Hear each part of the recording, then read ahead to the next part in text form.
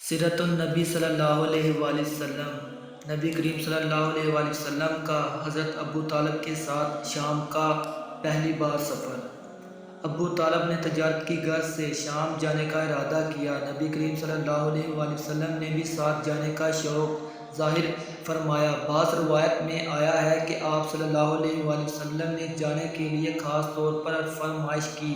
ابو طالب نے آپ کا شوق دیکھ کر کہا، اللہ کی قسم میں اسے ساتھ ضرور لے جاؤں گا، نہ یہ کبھی مجھ سے جدا ہو سکتا ہے، نہ میں اسے کبھی اپنے سے جدا کر سکتا ہوں۔ ایک روایت میں یوں آیا ہے کہ آپ نے ابو طالب کی اونٹنی کی لگام پکڑ لی اور فرمایا، چچا جان آپ مجھے کس کے پاس چھوڑے جا رہے ہیں؟ میری نہ ماں ہے نہ باپ۔ اس وقت آپ کی عمر مبارک 9 سال تھی۔ آخر ابو طالب آپ کو ساتھ لے کر روانہ ہوئے، آپ کو اپنی اونٹنی پر بٹھایا، رستے میں عیسائیوں کی ایک عبادت گاہ کے پاس ٹھہرے۔ خانقاہ کے راہب نے نبی کریم صلی اللہ علیہ وآلہ وسلم کو دیکھا تو چونک اٹھا۔ اس نے ابو طالب سے پوچھا، یہ لڑکا تمہارا کون ہے؟ انہوں نے جواب دیا، یہ میرا بیٹا ہے۔ یہ سن کر راہب نے کہا، یہ تمہارا بیٹا نہیں ہو سکتا۔ یہ سن کر ابو طالب بہت حیران ہوئے، بولے کیا مطلب؟ یہ کیوں میرا بیٹا نہیں ہو سکتا؟ بھلا اس نے کہا، یہ ممکن ہی نہیں کہ اس لڑکے کا باپ زندہ ہو، یہ نبی ہیں۔ مطلب یہ تھا کہ ان میں جو نشانیاں ہیں وہ دنیا کے آخری نبی کی ہیں، اور ان کی ایک علامت یہ ہے کہ وہ یتیم ہوں گے، ان کے باپ کا انتقال اس زمانے میں ہو جائے گا جب کہ وہ ابھی پیدا ہونے والے ہوں گے۔ اس لڑکے میں آنے والے نبی کریم صلی اللہ علیہ وآلہ وسلم کی تمام علامات موجود ہیں۔ ان کی ایک نشانی یہ ہے کہ بچپن میں ان کی والدہ کا بھی انتقال ہو جائے گا۔ ابو طالب نے راہب سے پوچھا، نبی کیا ہوتا ہے؟ راہب نے کہا، نبی وہ ہوتا ہے جس کے پاس آسمان سے خبریں آتی ہیں اور پھر وہ زمین والوں کو ان کی اطلاع دیتا ہے۔ تم یہودیوں سے اس لڑکے کی حفاظت کرنا۔ اس کے بعد ابو طالب وہاں سے آگے روانہ ہوئے۔ رستے میں ایک اور راہب کے پاس ٹھہرے، یہ بھی ایک خانقاہ کا عابد تھا۔ اس کی نظر بھی نبی کریم صلی اللہ علیہ وآلہ وسلم پر پڑی تو یوں ہی پوچھا، یہ لڑکا تمہارا کیا لگتا ہے؟ ابو طالب نے اسے بھی یوں ہی کہا، یہ میرا بیٹا ہے۔ راہب یہ سن کر بولا، یہ تمہارا بیٹا نہیں ہو سکتا، اس کا باپ زندہ ہو ہی نہیں سکتا۔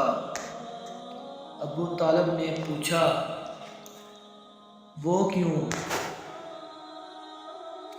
راہب نے جواب میں کہا، اس لیے کہ اس کا چہرہ نبی کا چہرہ ہے، اس کی آنکھیں ایک نبی کی آنکھیں ہیں، یعنی اس نبی جیسی جو آخری امت کے لیے بھیجے جانے والے ہیں۔ ان کی علامات پرانی آسمانی کتابوں میں موجود ہیں۔ اس کے بعد یہ قافلہ روانہ ہو کر بصری پہنچا۔ یہاں بحیرہ نام کا ایک راہب اپنی خانقاہ میں رہتا تھا۔ اس کا اصل نام جرجیس تھا، بحیرہ اس کا لقب تھا۔ وہ بہت زبردست عالم تھا۔ حضرت عیسیٰ علیہ السلام کے زمانے سے اس خانقاہ کا راہب نسل در نسل یہ عالم فاضل خاندان ہی چلا آ رہا تھا۔ اس طرح اس زمانے میں ان کا سب سے بڑا عالم بحیرہ ہی تھا۔ قریش کے لوگ اکثر بحیرہ کے پاس سے گزرا کرتے تھے، مگر اس نے کبھی ان سے کوئی بات نہیں کی تھی۔ مگر اس بار اس نے قافلے میں آپ صلی اللہ علیہ وآلہ وسلم کو دیکھ لیا تو پورے قافلے کے لیے کھانا تیار کروایا۔ بحیرہ نے یہ منظر بھی دیکھا کہ نبی کریم صلی اللہ علیہ وآلہ وسلم پر ایک بدلی سایہ کیے ہوئے تھی۔ جب یہ قافلہ ایک درخت کے نیچے آ کر ٹھہرا تو اس نے بدلی کی طرف دیکھا، وہ اب اس درخت پر سایہ ڈال رہی تھی اور اس درخت کی شاخیں اس طرح جھک گئی تھیں جدھر نبی کریم صلی اللہ علیہ وآلہ وسلم موجود تھے۔ اس نے دیکھا بہت سی شاخیں آپ کے اوپر جم اکٹھا سایہ کر لیا تھا۔ اصل میں یہ ہوا تھا، جب نبی کریم صلی اللہ علیہ وآلہ وسلم اس درخت کے پاس پہنچے تو قافلے کے لوگ پہلے ہی سایہ دار جگہ پر قبضہ کر چکے تھے۔